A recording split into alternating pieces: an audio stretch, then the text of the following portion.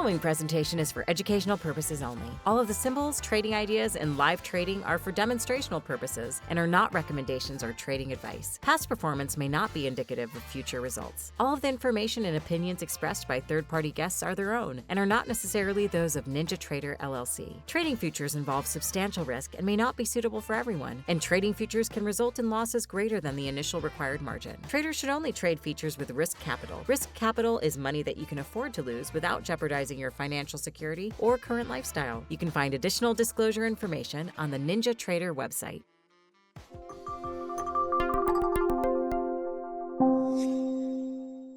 All right, folks, we are back. Now, be patient. My Gaelic is a little rusty right now, but coming live from Ireland, Créde Sheehy-Kelly. How are you? Got it. Nailed it again. Today, all right. I get so nervous. No, every time you get it right. How you been? Very good. I'm excited to be back here, chat some more. I know we have a really interesting topic today, so I'm itching to get into it. Yeah, no, for sure. Okay, so just to give a little bit of background for folks who haven't seen you yet, you basically are a trading psychologist and also an elite athlete psychologist, right? Yeah, so my background was actually I qualified as a sports psychologist and then, worked with athletes for years. And then I've moved into the trading space about 5 years ago. So I've kind of almost exclusively working with traders and also online entrepreneurs as well to a certain extent. But it's all the same mindset. It's all high performance mindset. So it all gels together. So you've been doing this, and I'll go off script a little bit here. You've been doing this for 5 years. So you've been talking to traders, nonstop for 5 years. Is there certain elements that are afflictions, if you will, that people suffer? You see it time and time again. Absolutely. And I should qualify. So I've been coaching for 16 years. So, but moved into the trading space 5 years ago. And yeah, it's pretty much been trading, night and day ever since, or trading mindset, I should say. But it does boil down to the same issues again and again. So it's such a niche area that from where I'm sitting, I see the same issues every single day. But the interesting thing is that every trader thinks that they're the only person struggling with that issue. So the biggest one of all, which is the most obvious, is people not being able to stick to their rules, but not knowing why. So, they're at a loss as to explain why these simple rules that I've created with great strategic thinking, why can't I stick to them? And then, of course, underneath that, you have the usual suspects, FOMO, holding on to a losing trade too long, jumping out of a winning trade too soon, ignoring your daily loss limit, all of those kind of regular suspects. Yeah. And I fall into that trap all the time, and I've been doing this forever, right? I'm really old. I've been doing this for a long period of time, and I still fall into these traps, right? Where it's just impulse takes over. Yeah. Absolutely. And the thing is with the mental side of trading, it's not something that necessarily just develops by virtue of more time as a trader or more time in the market. It is actually a very specific part of your skill set that needs to be actively trained. So, I work with traders at all ends of the scale. They have to have a minimum of actually having a solid set of rules and a strategy by the time I work with them. So, but after that, I might be working with a trader who's been trading for a year or someone who's trading 20 years. But sometimes the trader who's been trading 20 years hasn't necessarily put a full system in place for the mental side of their trading, like the psychology piece. So it would be like saying if you always went to the gym and you always trained your upper body, but you never trained your legs, just by virtue of going more and more times to the gym, you're not going to get like stronger quads. So it's the same kind of thing. If you look at trading as being a whole set of different skill sets that all click together like a jigsaw puzzle, the mental side only really improves if you actually dedicate conscious effort to, working on it. So conscious effort is a thing, right? I mean, we could apply conscious effort to stuff like, all right, I am going to jog 3 miles every day, right? I'm going to make a conscious effort to do that, but we don't translate that into other elements of our life. Yeah. And sometimes I find that with trading psychology in particular, it's not from a lack of motivation or a lack of willingness. It's actually from a lack of knowing what exactly to do.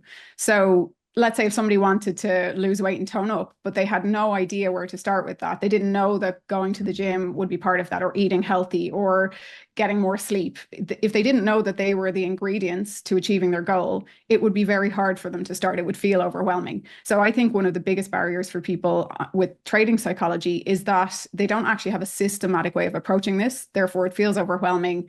And they're, at best, it's done then in a kind of piecemeal approach. So they watch a video on YouTube or they read something in a book, but they're sort of left with this loads of pieces of information that aren't cohesive and joined up as just one training plan. So that's kind of the approach that I take. My specific lens on trading psychology is really a practical, systematic approach to training your mental edge. Okay, so let's talk about some of these rules. I pulled some of these off of your website, right? We're talking about, why am I not successful? I'm violating my rules. And I don't know if we'll be able to cover all 10 of them or not, but let's start talking about them. We can go through them a little bit, right? Yeah. Okay, so number one, this is the number one. You don't use a mental preparation routine before you trade. What does that mean? So, and I should make the point here. So I know I talk about the subconscious all the time, but there are actually very practical pieces to this as well. So this is a very practical part of your mental edge. If you think of an athlete who's going out to perform in a big competition and they do their physical warm-up, sure, you're probably used to seeing that. Of course, they're going to do that. They're not going to expect themselves to just flip from sitting on a bus to suddenly being ready to play in front of, 50,000 people. They also do a mental preparation or mental and emotional preparation routine, at least the elite athletes who are incorporating sports psychology, because they need to get themselves into the optimal physical, emotional, and mental state to perform. It's not enough to just get in the right physical state. So if we apply that to trading, and we think that, you can't really separate the person and the performer. So whatever is happening in your personal life, if you don't have a buffer between that and sitting down to trade, all of that stress or whatever's going on is just going to come to the market with you. So you want to actually have a systematic routine that you practice in the same way every day that gets you in the optimal physical, mental, and emotional state to perform at your peak in trading. So exactly like an elite athlete. Yeah, and so we've talked about this before. We're a wrestling family, and my kids would take that. The match is going to be 15 minutes from now, off in the corner.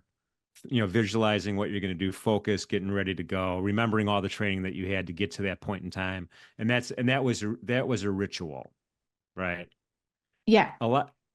Right. And so, but a lot of traders now is like, I don't have that ritual. I'm going to wake up. I'm going to look at the charts. I got the TV going on. I'm going to click the mouse. Exactly. They're just jumping into it, or maybe just not prioritizing that, not understanding the impact that period of time can have to determine the results of your trading. So I think, especially on the West Coast, it's hard. You don't have a lot of time before you're getting up really early, and you don't have a lot of time before you get into the market. So even it doesn't have to be something that's really long-winded and drawn out. Like you say, it could be something that's 15 minutes. It could even be 7 minutes, as long as the actions that you're taking are there's a lot of strategic thinking behind it.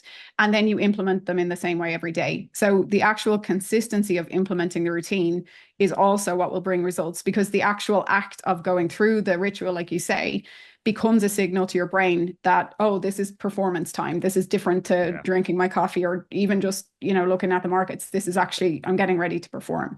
But just to give people a concrete, example of what that might look like, it could be as simple as listening to an affirmation script. So we talked about these before, these statements that are, programming the right mindset. Maybe 2 minutes of breathing to relax your body. If you're someone that needs to be super relaxed when you trade, you're trying to calm anxiety or something, physical anxiety in your body. And then just setting out your performance goals, which I'll talk about in a minute, for the day. So that could be a 7-minute routine. And if you just did that in the same way every single day, and you knew that each of those component parts were tailored to you, they put you in the right state that you want to be in, then that will be a super powerful pre-performance routine. Wow, I like that. Okay, all right. That's so that 7-minute investment could pay off later. Absolutely, yeah. And it's interesting if you track your stats, which I'm going to talk about all these different parts. I'm kind of touching on different parts of our discussion.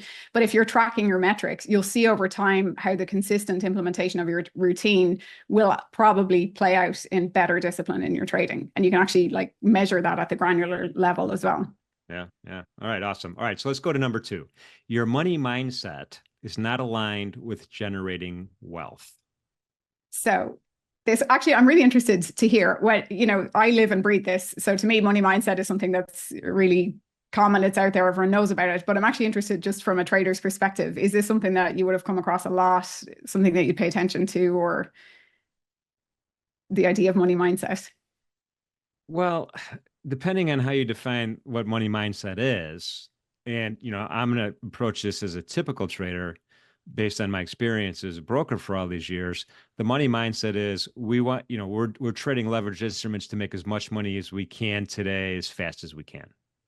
Okay, so I love that answer, because it's showing me that there is a lot of depth behind it that maybe people are not aware of. So when I'm talking about money mindset, and obviously I'm coming from a different lens, I'm actually talking about the deep, here we go again, subconscious relationship that people have with the concept of money. So you can have a conscious goal of make as much money as possible, and you should if you're a trader. Like, that's the bottom line of performance is wealth, making money, and that's correct.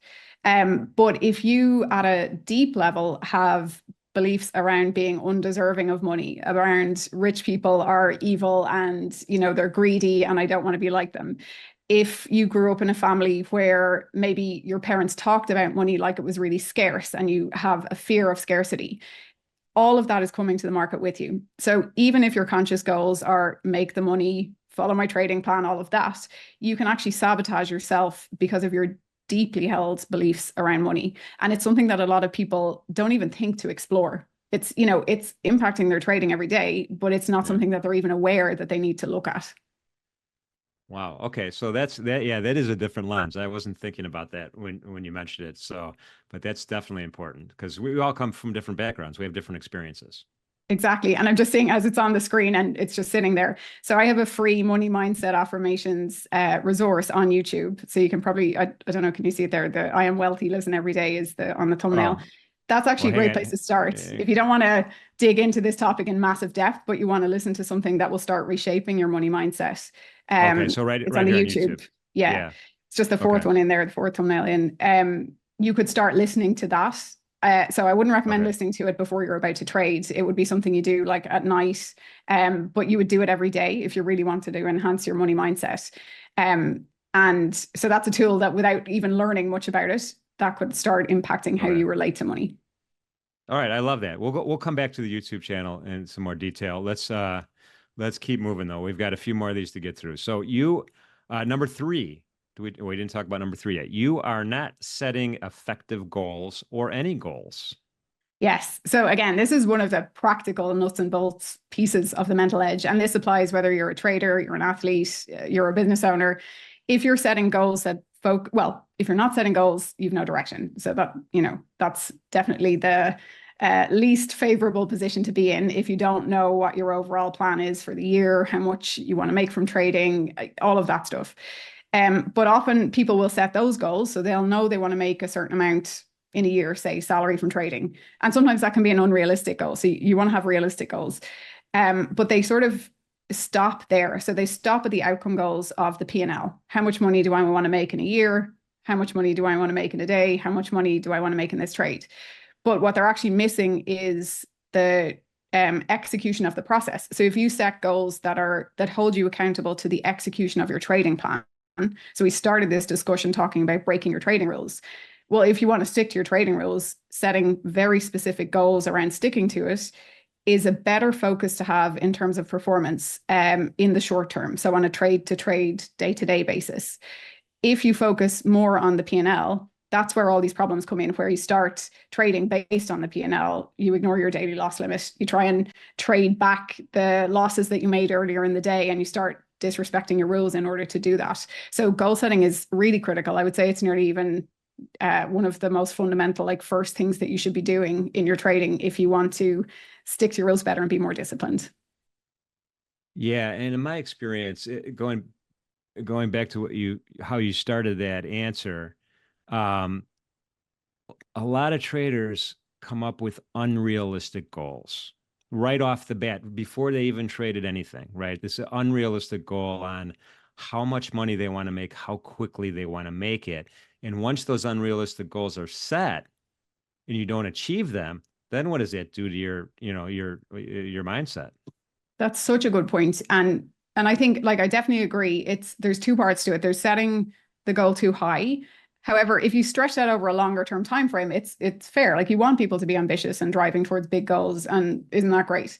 But it's the timing, the time frame that they put against it, that is often the most damaging piece. So they say, I want to go from being break even, or from even losing, being in the negative, to making $100,000 this year. And that's just not realistic in terms of the progression of your performance.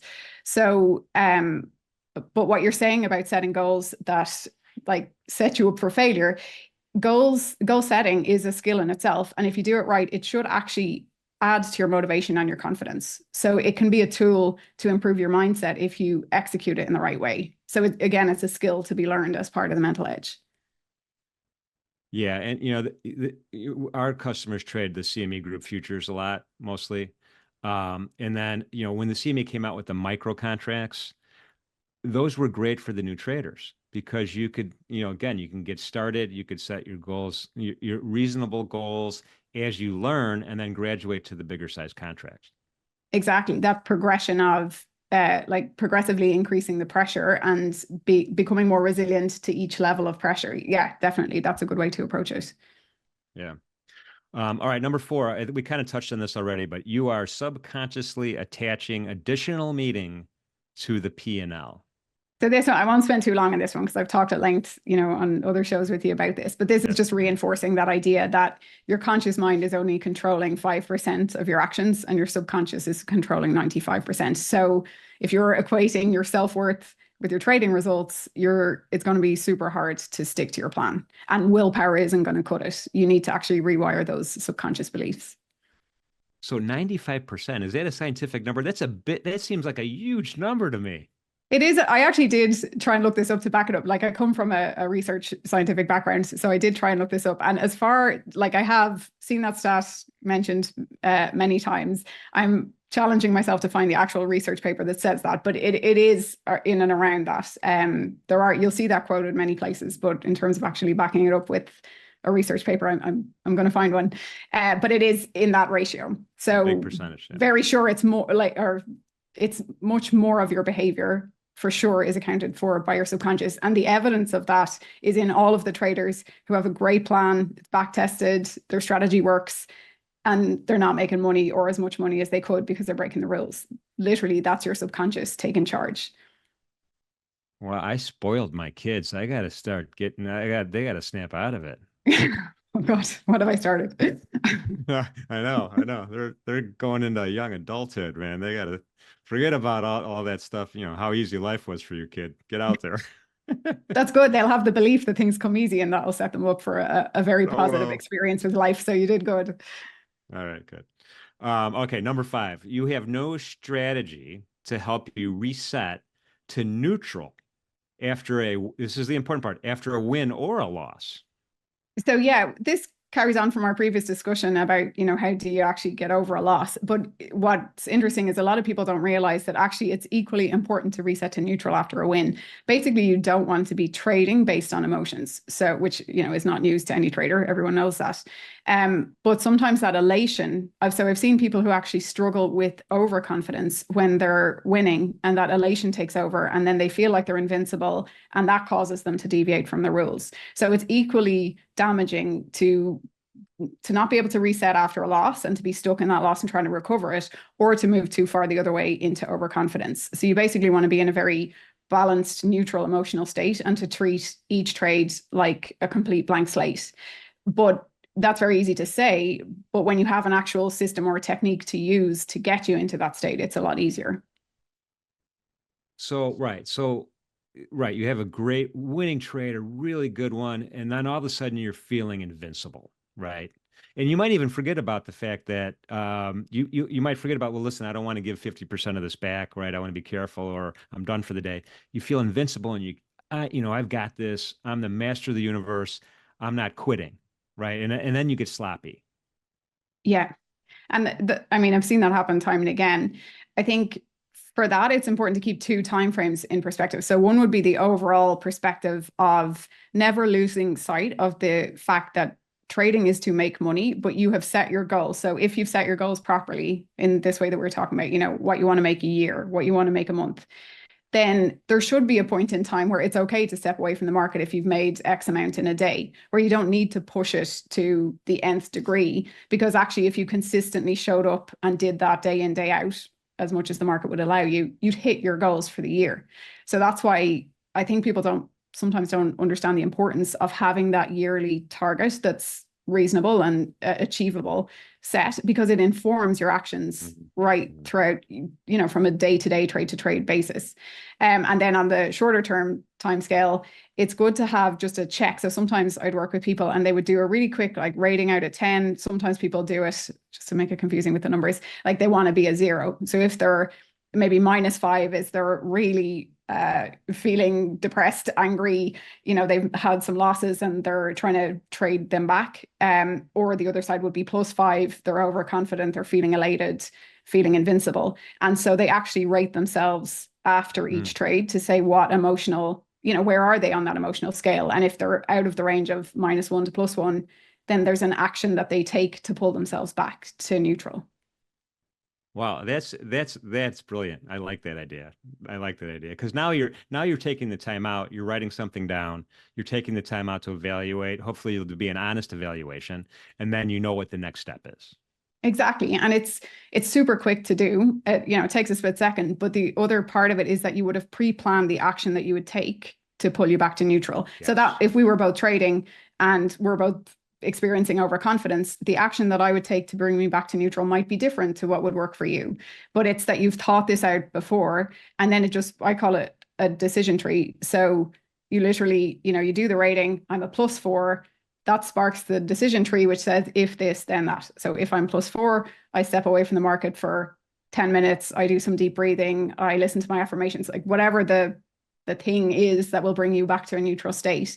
Then you check with yourself again. So after I've done that, I come back, rate myself. Okay, now I'm a +1. That's acceptable to trade, so I can continue trading. But it's all systematic, and it's something that you've actually mapped out as a plan very far away from the trading station. Okay, so going back a little bit, I just thought of this at the top of my head. So let's say I'm having a great day, right? And typically I'll have an A setup, a B setup, or a C setup, where A is a high probability based on my past performance, high probability that this is a really good trade idea. The B level is, okay, this is still a good trade idea. Probability is a little bit, you know, not quite as strong as an A. And then C is barely minimal trade idea that, yeah, I can make it work. And so it's again, it's a little bit further down. So I'm having a great day. Is there a point when I could write down, hey, A setups only from here on out? Does that make any sense? Yeah, absolutely. And it would if you had a rule like that, it would fit with all of the rest of your strategic plan. It would fit with, well, what am I trying to make this year? And what am I trying to make monthly? And what does that break down roughly on average to daily? Not that I never recommend having a daily P&L target, but if that made sense for you in the bigger picture of everything that you're trying to achieve, then that could absolutely be a rule. And it mightn't be a rule that would work for someone else or that someone else would need. But for you, maybe that's the thing that stops you from trying to push it that bit too much when you don't need to. And that's why the art with the mental edge is first you learn all of the things of, you know, what's important and what you can do. And then it's really about finding the balance for you, like what works for you, what techniques work for you, how do you want to apply this to your trading? Got it. Totally makes sense. All right, number 6, you are a perfectionist. What does that mean? Yeah, this comes up so much, and you know, I'm also guilty of this. It's something I've had to work on myself. So again, we spoke about in trading how people tend to be A-type personality, very driven, very motivated, very hard on themselves. It just tends to attract those type of people. Now, I'm very open to being challenged on that, and I'm sure that's not the exact rule for every single trader. But from what I've seen, most people would fall into that category, you know, high achiever. So often what goes along with that is that people are perfectionists. So they're super hard on themselves. If they make mistakes, they expect excellence from themselves, you know, all the time. There's no room for failure. There's no room for slow progress. But what that does is it actually undermines your trading performance. It undermines you from being able to stick to your trading plan. So it creates more pressure, and then, you know, it creates all these problems on the psychology side of things. But one thing that is really interesting to understand about perfectionism, because it's kind of lauded in our society. Like there's a lot of people are admired for being very driven, very ambitious, you know, being hard on themselves, demanding excellence. With perfectionism, it's actually coming originally from a sense of lack in ourselves. So if someone is a perfectionist, deep down they feel they're not enough. So they're constantly trying to prove their enoughness through their achievements. So that's where it's I don't want to say pathological because it's a very strong word for it, but you know, that's where it can be detrimental to you. Whereas if someone has full self-esteem at their core, they know their value and their self-worth is not dependent on achievements. Of course, they can strive for big achievements, but they're not going to have a different concept of themselves if they don't meet them or if they slip up. So there's a subtle difference as to why people are striving for achievement between someone who's a perfectionist and someone who has a very healthy sense of self. And this would be one of the biggest kind of personality traits that I would see in traders, is this perfectionism that creates a lot of unnecessary stress and makes trading a little bit of a less pleasurable experience for a lot of people. Yeah, no, that makes sense to me. I mean, if I had to guess, if every trader had to take a Briggs-Meyer personality test, most of them would be extroverts, right? Which make them a little bit more aggressive, which would make it harder to be a perfectionist. I don't know if I'd agree.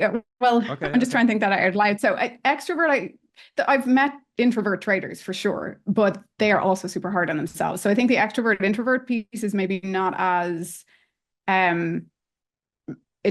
it's not as closely related to this like A-type personality of I must succeed. Someone can be very extrovert and aggressive, or they can just be internalizing all of that and being nearly aggressive with themselves. But it's kind of, you know, it's the standards to which you hold yourself and the consequences of not meeting those standards for you that would determine whether this is a challenge or an issue to be worked on or not.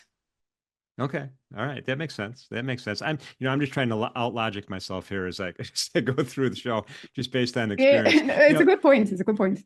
Yeah. And my guess is there's probably a lot of introverts that are traders that, because they're introverts, I don't talk to them. They don't talk to me, right? They're doing their own thing and they don't need me. So I don't know. That is actually, I love that. And now even I'm thinking out loud, that does make sense. So I come across a lot of introvert traders, and some of them actually gravitate towards this because you can be an introvert. You don't have to deal with colleagues if you're a retail day trader. It cuts out the problem of difficult relationships with colleagues, or, you know, so there's a lot of people that actually love this because it suits their introvert personality. I was at a trading summit in Vancouver in April, actually, and I met a lot of people that were saying that they were more introverted, and even being at that event, meeting lots of other traders was a challenge for them. So yeah, it's interesting. It's something I haven't thought about in great depth before, but interesting that you raise it. Yeah. Well, yeah, I don't know. I'm again thinking out loud. So we're not going to get through all of these today because we got a couple minutes left. And I do kind of want to, yeah, I mean, we could pick up these last four another time, for sure. I'd love to have you back. But I do want to show off your YouTube channel a little bit and your website, and let people know how to engage with you if they're interested. Thanks. Yeah, So, the YouTube one is probably, the resources are there. That trader affirmations also resource is something that a lot of people find useful. If people look for it there, they'll find it. Okay, and if I'm gonna cut and paste this link. If Mission Control could cut this into the chats, that'd be awesome for people to just be able to click on it. And then just, I know I'm from Chicago. I used to have an accent. I moved south now. I don't have a southern accent yet.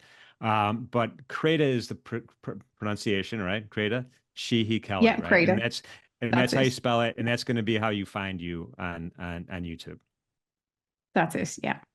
Okay. I click through. I go to a masterclass registration here. This is something folks could do. It's free.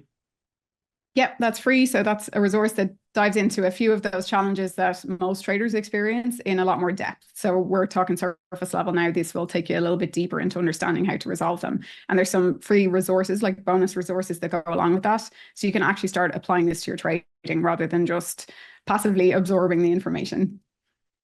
Got it. Okay, that sounds good. And then we could see the main URL is credaperformance.com, and it's CREDEP. Oh, I'm sorry, CREDPE. That's it. I've knocked off the accent just to make it easy. Creative performance. Yeah. There you go. Awesome. Well, greatly appreciate you spending time with us today. I know it's evening for you overseas. Looking forward to getting you back on here and talking some more. Thanks so much, Jim. Always a pleasure to speak to you and the team. I'll talk to you soon.